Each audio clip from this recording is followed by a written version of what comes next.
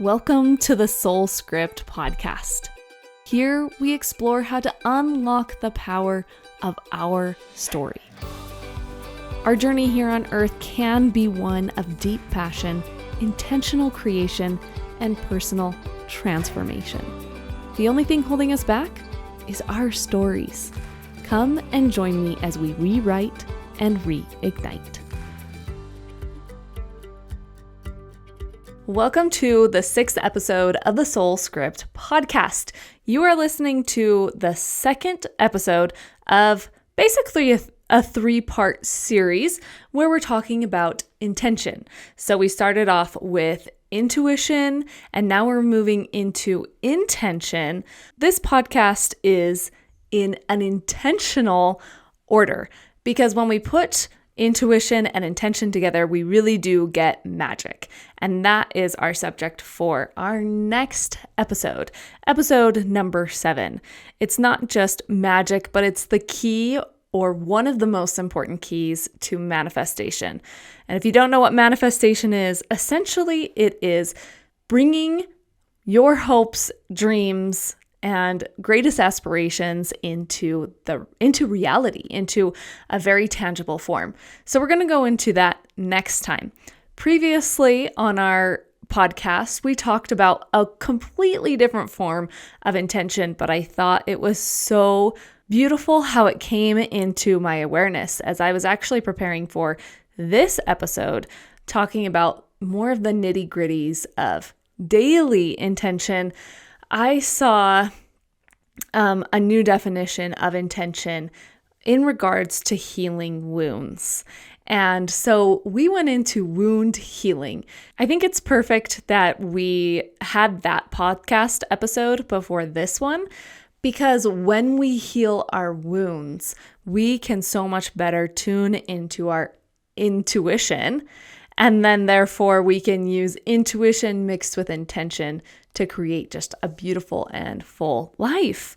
So today we are getting into like the micro perspective of intuition, kind of bringing it down on a level of yearly goals, monthly goals, weekly goals, but then also not just intention in the way of goal setting or manifestation, but using intention to create a life around us, an environment that suits us better. And then also using intention to help our spiritual and mental side of things. Let's start off with the big picture and kind of work ourselves in.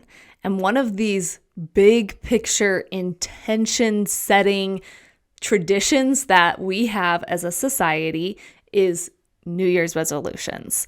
I want to start here because this is probably something you're very familiar with. You have probably set your own New Year's resolution, maybe every year, but at least one time in your life. And I know that New Year's resolutions get kind of a bad rap because it's just kind of this like half-heartedly goal setting that hardly ever actually gets obtained. So out of everybody who actually does a New Year's resolution, only 9% of that actually see it through. And I think it's something like 40% don't even make it to the end of the first week. So there's obviously a problem here with the way that we set this intention. But the reason why I like it is because it is so common. It brings intention into almost everybody's life. It's very widely accepted and practiced very regularly, whether or not it is successful or not. So it's like baseline, I can be intentional. I have taken the New Year's resolution tradition and kind of tweaked it to better suit the experience that I want to have. It's very simple. The only thing that I do is I just pick a word that I want to encompass and embody for the next year. And the reason why this is so powerful is because it is simple. I won't always encourage you to be so nonchalant about your intentions because I do think that the more intentional we can get, and specific about our intentions, the more we can see our goals manifested how we want them to be. But for this case, I think it's a really great practice just to choose one word. And when I say I choose a word, I actually mean that this word kind of chooses me.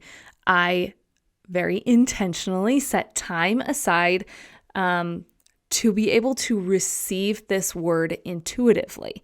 And I love this whole experience because it does give you the opportunity to go internally, to use your intuition, and to listen to the needs that essentially the universe wants to send into your life. And sometimes you're very aware of this. Sometimes you want to specifically work on embodying more love. But then there's other times when you can ask, what do I need to focus on this year? What is going to benefit me the most during the upcoming months? And you can receive that for yourself, which is always a good experience, at least for me. It is something that I look forward to every year.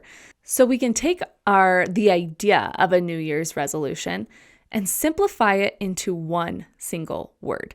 Along the subject of a New Year's resolution, I also want to address something that may stop us from being able to accomplish our New Year's resolution.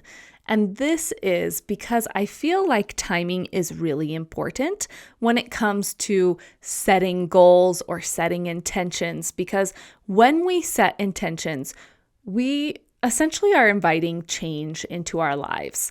But we're not always ready for change. It's not always a time or a season in our life to have massive change.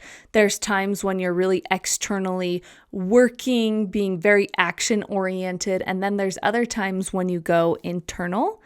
And I think it takes tuning into yourself and kind of feeling the natural rhythm that you are currently in to decide if it is a time to be able to receive a word or be able to set bigger, more ambitious goals.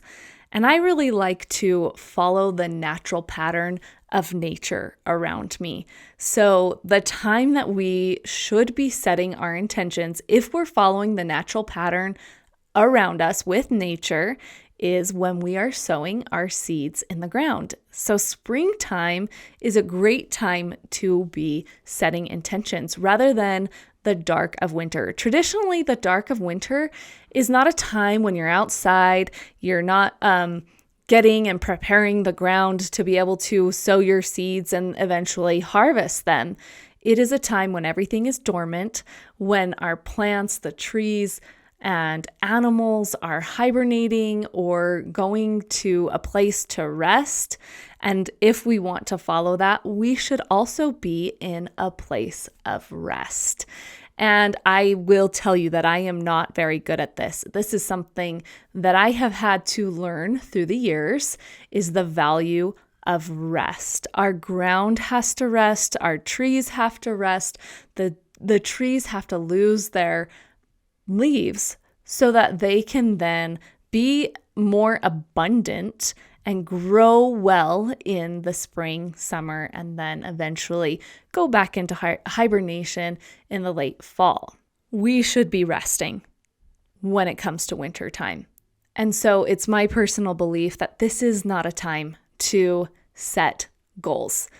So I challenge you this new year, rather than saying that you're going to make intentions, that you're going to achieve so many big goals, including weight loss, it's hibernation time. It's okay to have that extra weight. And when that springtime comes along, then start feeling into what it is that you need to do, because summer is the time of action. That's the time when we naturally feel like we can go out and do stuff. There's more sunlight, more abundance. And so I encourage you to just maybe wait if that feels good for you. But along with this, I also don't think you need, the drop of the ball in Times Square or even the spring equinox to cause you to take time to set an intention. This, like I said, can have to do with your natural rhythm, and your rhythm may be different than those around you or even the earth.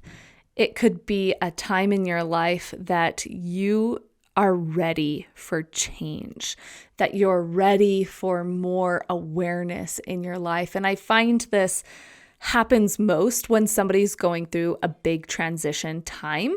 So divorce or like a different time in their life when they're graduating high school and going to college, or if you're going through a faith crisis, something like that, when there's some kind of transition in your life, I really think that propels you forward to embody change and to embody new perspectives. So if you're going through this time in your life, I do think that's a great time to set intentions.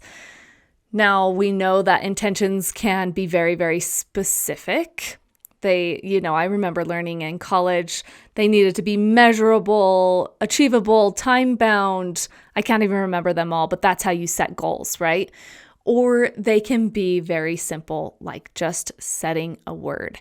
And to give you an example of one of the words that I received was the word gifted. And I remember receiving this word and totally not expecting that word. I was thinking of something completely different. And then I had this thought come into my mind, and remember that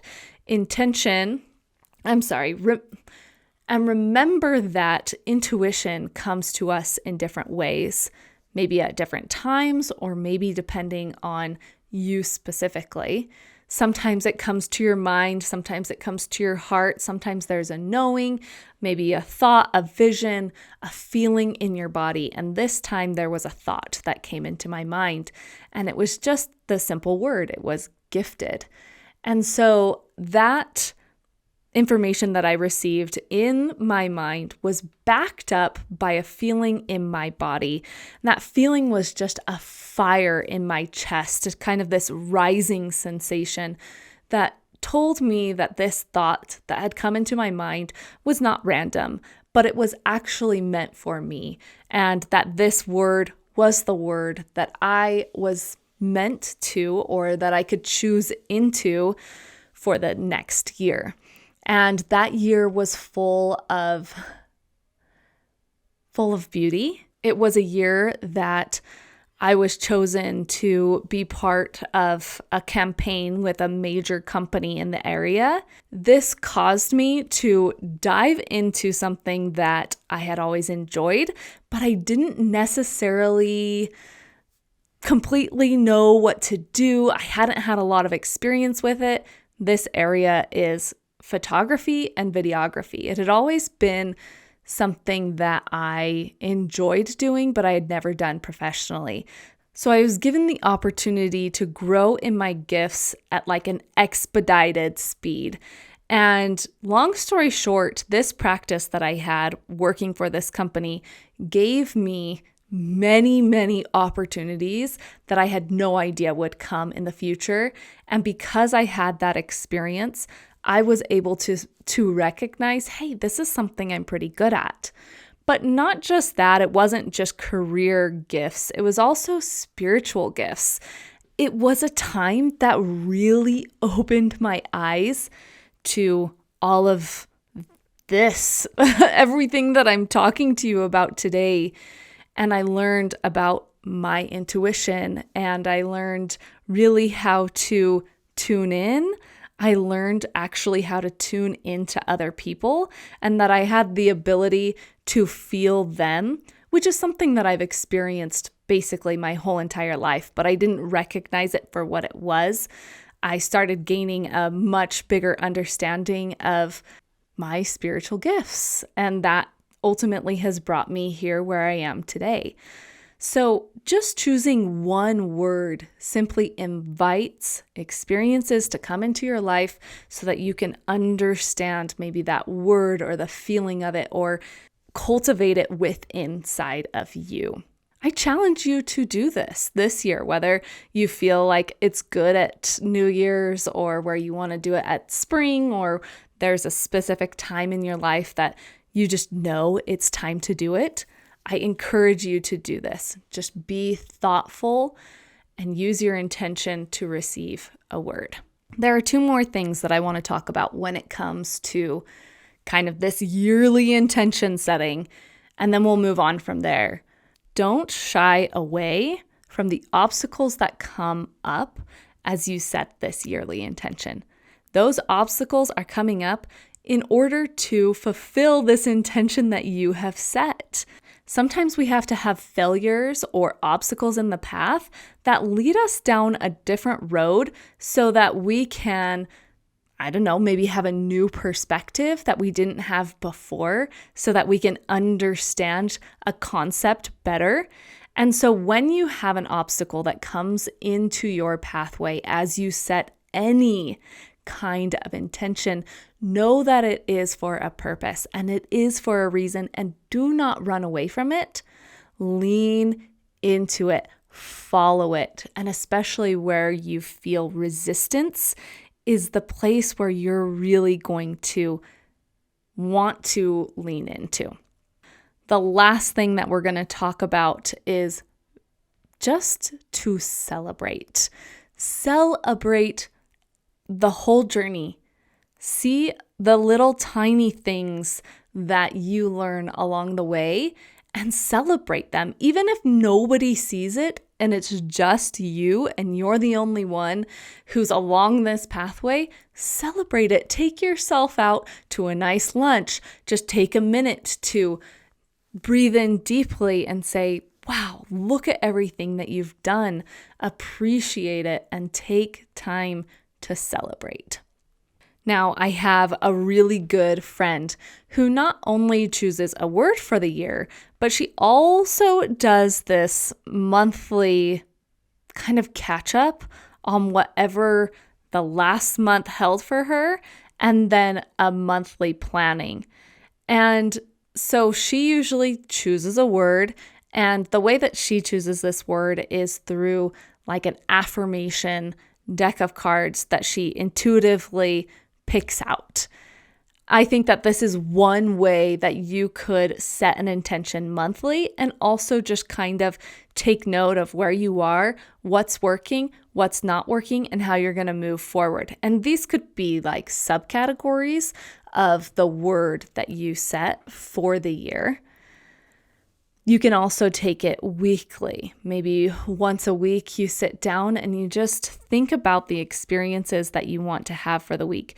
As you do your to-do list, don't just say, these are the things that I need to do, but what are the things that I want to do? And also, how do I want to do those things? Not just going through day to day mindlessly, but actually taking time to think about what you want that week, which I know is kind of hard for us to step into because we get distracted by the things that we have to do, but we don't think about how you want to do those things. So as you're doing your to-do list, do you want to experience peace while you do it? Are you going to lean into giving yourself rest? I will do these things this week, but I'm also setting aside time to rest. That is my intention for the week, is rest and recovery. We can also practice intention daily in kind of the same theme as goal setting, manifestation, achieving a destination, right? There's other ways to use intuition, but let's finish up on this goal setting type feel of intuition. Of intention. Throughout this podcast, I probably have said intuition instead of intention and intention instead of intuition. You'll have to excuse me. They are very similar words. One of my very favorite ways to practice intuition, darn it, I did it again. One of my very favorite ways to practice intention daily is by a certain journal prompt. And if you're not into journaling, that's okay, but maybe think about getting yourself a journal because it's such a good tool when you're using intention. So the journal prompt that I use is, what if this day went perfectly? And I can already feel the resistance to this journal prompt because we are nervous about setting intentions that aren't realistic, maybe, and that we're going to fall short of. And we're scared of the disappointment that's going to come from that. But let me just expand on this idea a little bit for you and tell you how it showed up and worked for me in my life. When I write down, what if this day went perfectly? What it does is it simply opens my mind to all the possibilities of the beauty of that day. I frequently spend time marinating and stewing over everything that could go wrong that day, everything that I'm not excited for. And when I use this journal prompt, I no longer am dwelling on the things that are not going to be great about the day. And I start opening my mind up to the possibility of different options. And when we use things like this, like a law of attraction, what we think we bring into our life, but also changing our mindset to something more positive, and then simply just seeing other ways that our day could go. And so that is the beauty of this exercise. Now, the key is, and this is going to address maybe that resistance to, I can't expect perfection, I'm just setting myself up for failure, is that you then have to let it all go. You allowed yourself to imagine and envision a beautiful day, and now you're going to release it and know that the best day that you need is going to come to you. And sometimes that means that it's not necessarily a joyful, easy, productive day, but it's the day that you needed. The more you cling to and hold on to that expectation that you wrote out in your journal, the harder it's going to be to live in the flow of life. And the flow of life is a great place to be. When you're living in the flow of life, those are the days when you're like, wow, I ran into so-and-so at the grocery store and they talked to me about this opportunity and it was the exact thing that I've been needing, but I didn't originally plan on going to the grocery store. I had said that I was going to do this, right? It's those kind of days that come to you when you live in the flow of life. So we have this balance of setting the intention of our day, seeing the possibility of the beauty of our day, and then releasing it so that we can then be in the flow of the day. That's one way that you can set an intention daily, but it is so powerful. And I have seen this time and time again show up so great in my life. I don't just use it on a day-to-day basis, though. Sometimes I'll use it for big stuff. Like I did that when I was trying to manifest the house that I wanted.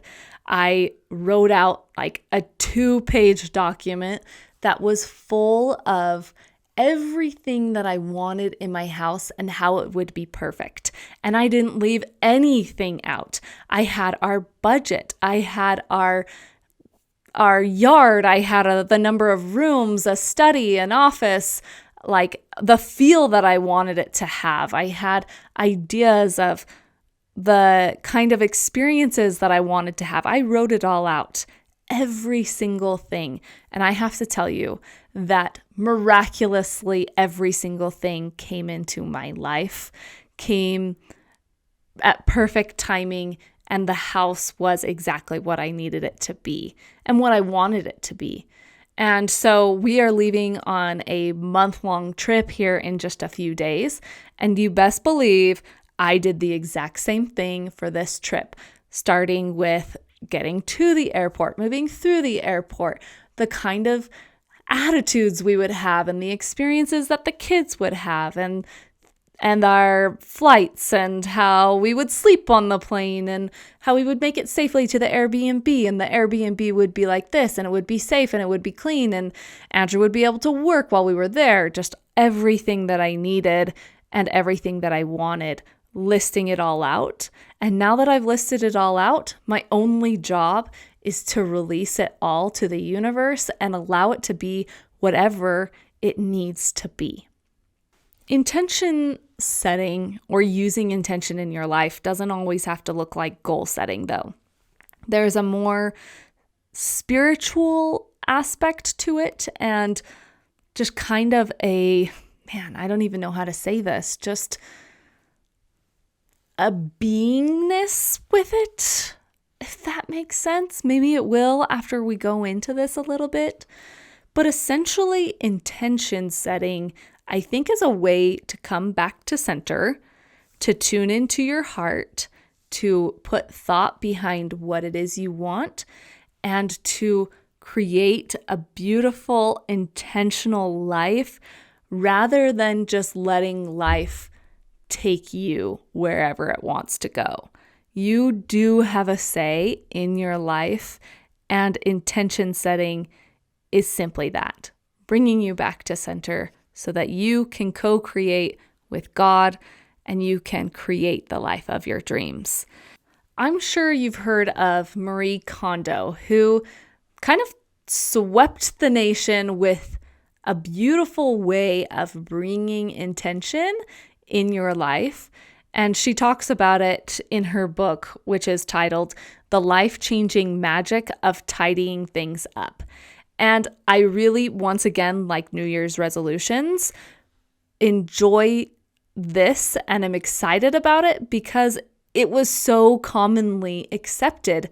And I think it's a really Eastern thought process, and she brought it to a Western culture, and people very widely accepted this.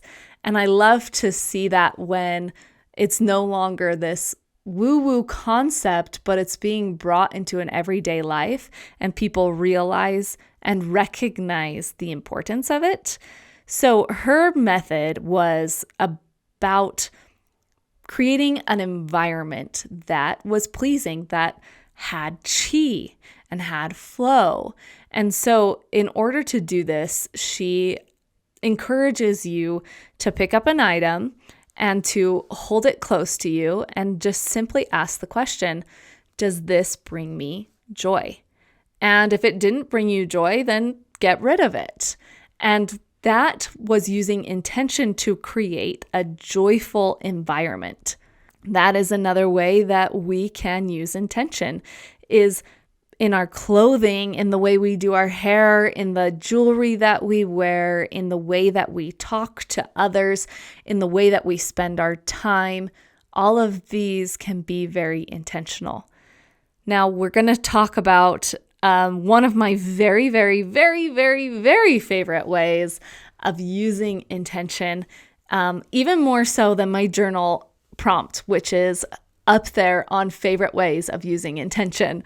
But this one is a little different, and it starts when I got kind of the wild hair to invite a group of totally random strangers from Instagram to come with me into the desert, and I would take them canyoneering and we could go overlanding. So the only thing that we had in common, this group of ladies, is that we loved overlanding. And so that's how I picked them out on Instagram, is because I knew that they were individuals that liked overlanding. So I just reached out to them and was like, hey, yo, like, know you don't know me, but can we meet up in the desert? That's not creepy at all, right? And the crazy thing is that every single one of those women came, and we had a fantastic weekend together of canyoneering a couple of canyons. I about killed a couple of the girls doing it because it is a physically demanding experience. And we ate together and we sat by the campfire together and went overlanding together. And another thing that we did together was bracelet making. And I brought a whole bunch of beads that are kind of these flat tiled beads. And I just kind of set them out. And even though I knew people were going to think it was super cheesy, I encouraged them to make a bracelet. And I also told them about how you could set an intention in this bracelet. One way to do that was that you could actually write a word or a phrase in Morse code within the bracelet, or you could simply pick out colors that meant something to you. And so it was just introducing this idea to these ladies of using an object to remind you of an intention that you had and putting that intentional energy into it so that it could become you, so that you wore it on your person all the time. Now, a couple of the ladies totally thought it was way silly and were way too cool to do it, which that is totally fine. Not going to force you to do anything. But the women who did create one found that it was something that they really enjoyed. We talked through Messenger about how those intentions were showing up in their life. And they were really surprised to see how all of these experiences were coming in to support them in this intention. I was not surprised by this because this is something that I have experienced before. It's an amazing experience, but this was something that they hadn't necessarily experienced yet. We met up for another trip, and everybody really wanted to do this activity again. And especially the ladies who hadn't done it last time felt like, oh man, like I totally missed out on an experience that I could have had. So we meet up again in the desert and we start creating these bracelets. But I decided to just push them a little bit more in their comfort level of intention, but also intuition. This time, rather than making a bracelet and setting an intention for themselves, I encouraged them to sit down, tune into kind of the collective energy of the group, and receive a message, whether it was a word or, like I said, just kind of a visual that they could put into a bracelet with no one specific in mind. And then here's the part where I think you get most uncomfortable if you're not familiar with this, is we all blindly drew a bracelet by intuitively picking a number from, 1 to 8 or however many people were there. You picked a number and you had to trust that that bracelet was the one that was meant for you. That message was the one that you needed at that time. And so it was crazy. And I still look back at these experiences in just awe how they happened. Now, I can't speak to everybody's personal experience with how just incredible this was, but I can speak to my own experiences with this group of ladies and doing this activity. One of my favorite ones, and I think this was a couple trips in, a little bit of backstory here. I set an intention for myself to create a short film.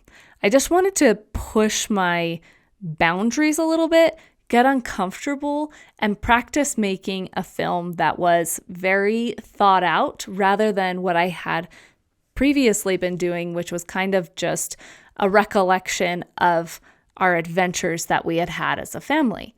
So I really wanted to get out of my comfort zone and do this goal, this intention of mine to do a short film.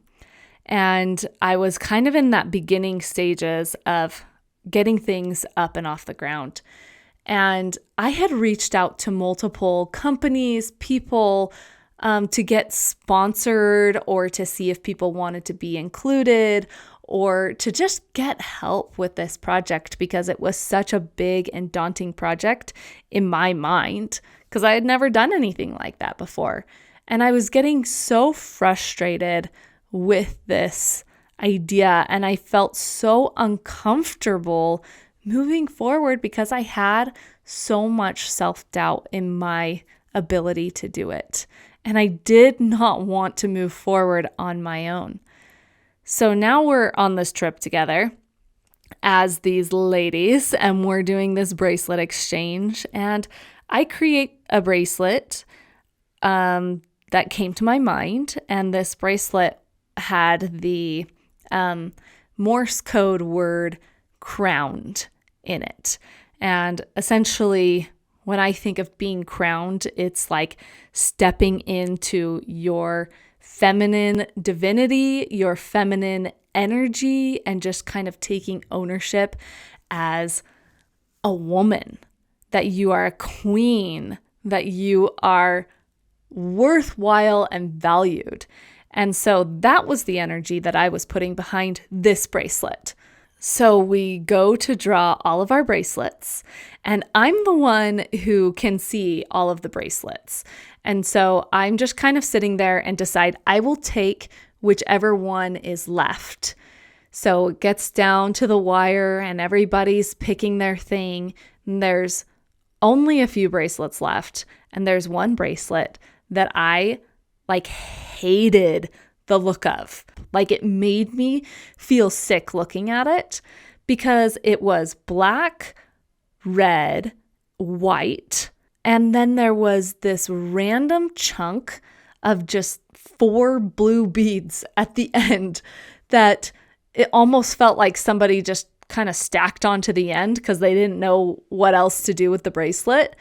And I just thought, I don't want that bracelet. I don't want that bracelet. Please give me anything. I'm not going to do that bracelet. So there's 3 bracelets left and a bracelet gets picked. And now there's only 2 left. And it's mine, the one that says crowned, and this other one. And I'm like, oh, it's mine. The crowned bracelet is mine. That's mine. I hate the other one. I hate it. I hate it. I hate it. And so the girl who was picking the bracelets just kind of struggled back and forth. I don't know which number. And she ultimately ended up picking the one that I hated. And it was very interesting because it was the one that she made. So we each got our own bracelet that we had made. Well, we sit down and we're all sharing the intention and the energy behind each bracelet and just kind of sharing how we what we thought about it and how we felt about getting that intention. And my friend who had picked her own bracelet just held it up and said, "This is not my bracelet." She explained that the intention that she put behind the bracelet was all about being independent. And she had put Morse code on the bracelet that said independent. It was a very masculine type energy. It was an energy of doing and getting stuff done and moving forward independently. And there was just kind of this gut feeling that I knew that bracelet was actually mine, but I really did not want the message, because what the message was to me was that I was to move forward with my film independently without help from anybody else, that I still needed to move forward. It was just so hard for me to accept that message. I really wanted that crowned message. I wanted this feminine beauty, divinity message. But it was really clear that I already had that in my life. That was an energy that I embraced. I knew my divinity. I knew my power as a woman. And I knew kind of that energy of flow that is the feminine energy. But what I didn't have in my life was a more masculine energy where it was just like, let's get stuff done. Like, I'm independent. I can do this.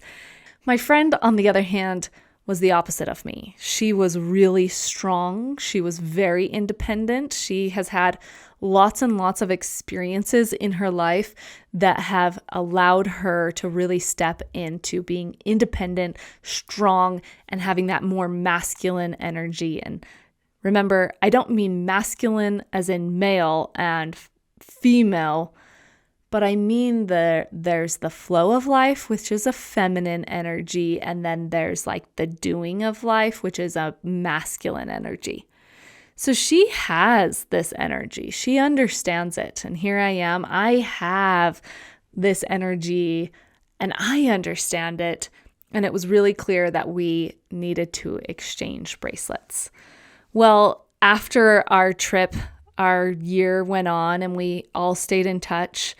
And what ended up happening is I went and produced my film.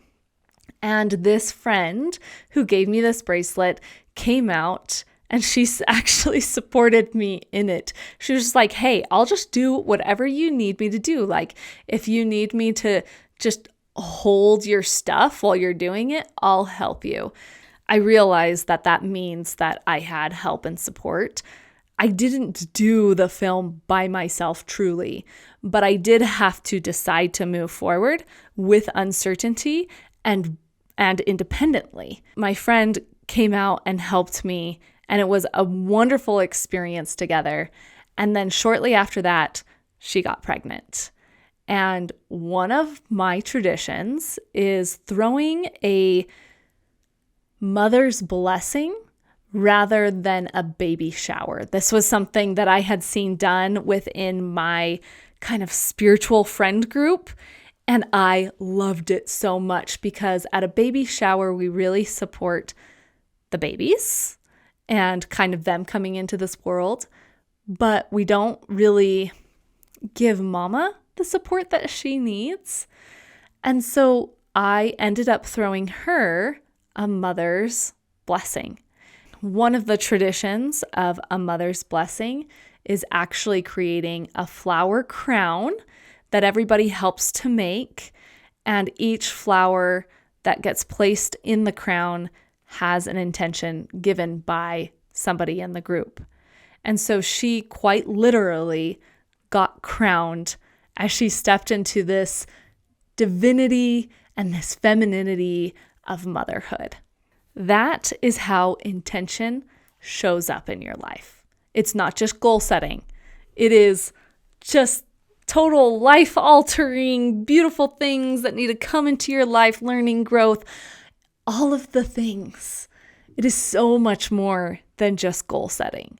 We now do this on every single trip, and every single time without fail, I personally have received a bracelet that I knew was mine, and it came at the very right time. And we joke because sometimes our bracelets break. And what I say is that when your bracelet breaks, it has become a part of you. The message has been imprinted on your soul, and you no longer need it as this physical representation. And you're ready for a new message. This is truly a tradition that I love, and it's a fantastic exercise for using intention and intuition. It's very, very tangible. So this is something that I like to start with when somebody is trying to step into their intuition and intention. I don't know how many times I've said intuition and intention, but it's probably like 300 times. So I apologize if you're really getting sick of those words. This is also something that I offer as a session. So I do one-on-one coaching. I call it transformation coaching, but it's also very similar to life coaching. But this is something that you can add on to your one-on-one sessions where we sit down and either you get to intuitively create a bracelet or I will intuitively create a bracelet for you. It's totally depending on how you feel and your comfort level. We're going to meet you wherever you need to be met. And then we put intention into this bracelet, and it's something that you get to wear with you. And as we do our one-on-one session or sessions, we get to work through this intention and whatever message came to us through the bracelet making. Along with the bracelets, I like to include a song that accompanies the message of it. I like to include an oil that you could use for your support. And I love to also have an affirmation that you can hang up on your wall. So it's kind of this total body experience. You have a physical bracelet, you have these essential oils that support mind, body, and soul. You have a song that you can hear, and then you have a word or a phrase that you can say and speak and declare.